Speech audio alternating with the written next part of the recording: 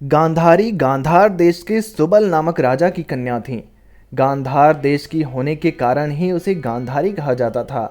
गांधार आज के अफ़गानिस्तान का एक क्षेत्र था जिसे आज कंधार नाम से जाना जाता है।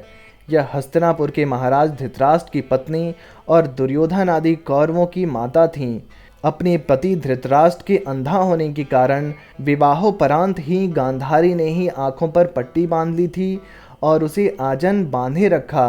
संसार की पतिव्रता और महान नारियों में गांधारी का विशेष स्थान है। एक पतिव्रता के रूप में गांधारी आदर्श नारी मानी जाती हैं। उनके त्याग की महिमा का आज भी वर्णन किया जाता है। अफ़गानिस्तान में तालिबान शासन ने देश को पूरी तरह से अपने कब्जे में ले लिया है। लोकतांत्रिक व्यवस्था को पूरी तरह से ध्वस्त करते हुए सभी सरकारी संस्थाओं पर अब तालिबानी आतंकियों का कब्जा है।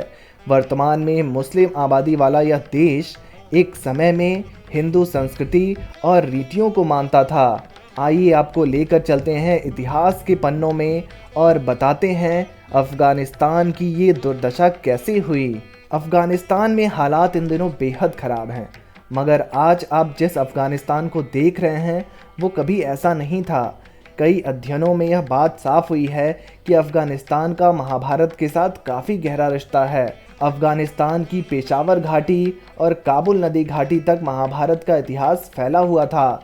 नवंबर 2013 में एशिया और अफ्रीका की तरफ से हुई एक स्टडी में यह बात साबित हुई कि अफ़गानिस्तान का हजारों साल पहले महाभारत से खास रिश्ता है। अफ़गानिस्तान की पहचान इन दिनों आतंकवाद और तालिबानियों से होती है, लेकिन एक वक्त था जब अफ़गानिस्तान की पहचान एक हिंदू राष्ट्र के तौर पर होती थी।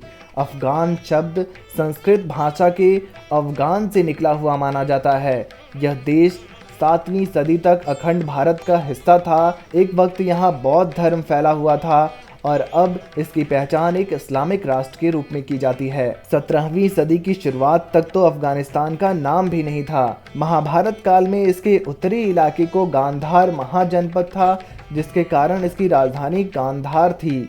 इसके अतिरिक्त आर्यन, कंबोज आदि इलाके इसमें सम्मिलित थे। अफ़गानिस्तान का महाभारत के साथ काफ़ी गहरा रिश्ता है। अफ़गानिस्तान की पेशावर घाटी और काबुल नदी घाटी तक महाभारत का इतिहास फैला हुआ था।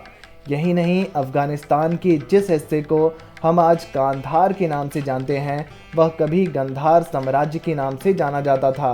गंधार शब्द का जिक्र ऋग्वेद, उत्तर रामायण और महाभारत में भी मिलता है। गंधार का एक बड़ा हिस्सा उत्तरी पाकिस्तान और कुछ हिस्सा पूर्वी अफ़गानिस्तान में है। गंधार साम्राज्य पोथोहार, पेशावर घाटी और काबुल नदी घाटी तक फैला हुआ था। महाभारत के युद्ध में कौरवों की पराजय हुई थी। महाभारत के युद्ध में गांधारी के सभी 100 पुत्रों की मृत्यु हो गई थी। महाभारत का युद्ध जब समाप्त हुआ और महल में जब गांधारी ने अपने सभी पुत्रों के शवों को देखा तो वह क्रोध में आ गईं। गांधारी ने शकुनी को श्राप दिया कि जिस तरह तुमने मेरे 100 पुत्रों को मरवा दिया, उसी तरह तुम्हारे देश में कभी शांति नहीं होगी। और तब से ही अफ़गानिस्तान का पतन प्रारंभ हो गया। अफ़गानिस्तान से जुड़ी इन बातों पर आप अपने विचार हमें कमेंट बॉक्स में ज़रूर लिखिए। वीडियो पसंद आई है तो वीडियो को लाइक और शेयर ज़रूर करें। धन्यवाद।